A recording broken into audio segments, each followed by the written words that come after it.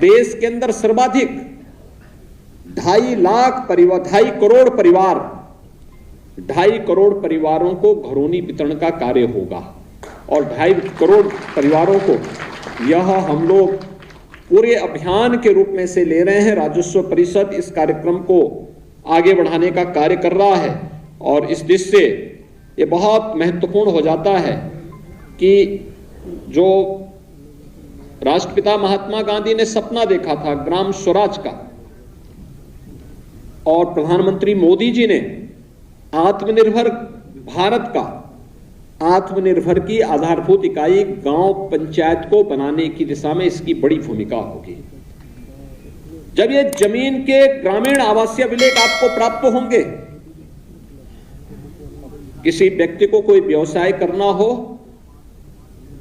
तो उस अभिलेख के माध्यम से आप जाकर के बैंक से लोन लेने की क्षमता अपने अंदर प्राप्त कर पाएंगे और फिर उसके माध्यम से पैसा लेकर के अपने व्यवसाय को आगे बढ़ाने की भी स्थिति आपके पास होगी। अब तक आप चाहते हुए भी नहीं कर सकते थे, लेकिन जब यह अभिलेख आपको प्राप्त होगा तो आप इस कार्यक्रम को इसके माध्यम से कर सकते हैं।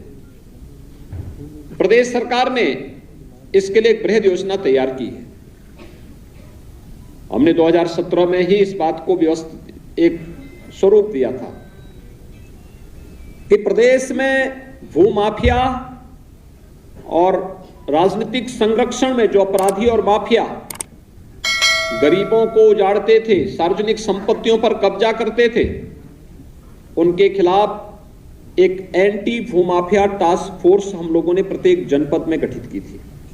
तहसील स्तर पर, जनपद स्तर पर, कमिश्नरी स्तर पर और राज्य स्तर पर भी 64,000 हेक्टेयर से अधिक भूमि को हम लोगों ने भूमाफियाओं के कब्जे से मुक्त करवाया और राज्य सरकार ने इसके लिए पहले ही इस व्यवस्था को भी आगे बढ़ाने का काम किया कि खासतौर पर जिन लोगों की कोई आवाज नहीं थी, कोई वॉइस नहीं थी, मुसहर जाति के लोग थे, थारू जाति थे, चेरो, कोल, बनटांगिया, सहरिया, इन सभी जातियों को जिनके पास कोई जमीन का टुकड़ा नहीं था, सरकार ने इनको एक अभियान चला करके जमीन उपलब्ध करवाने का काम भी किया, बड़े पैमाने पर किया, मकान उपलब्ध करवाए।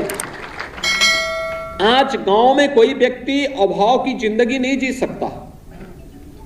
हर व्यक्ति के लिए राशन कार्ड है। कोरोना कालखंड में फ्री में राशन की व्यवस्था हुई। पूरे प्रदेश के अंदर एक अभियान चला करके हर गरीब परिवार के पास रसोई गैस का सिलेंडर होना चाहिए, विद्युत का कनेक्शन होना चाहिए। अब तो हम हर घर नल की योजना के साथ भी पूरे प्रदेश के अंदर कार्य कर रहे हैं। हर घर तक शुद्ध पेयजल की उपलब्धता करवाने का काम भी हो रहा है।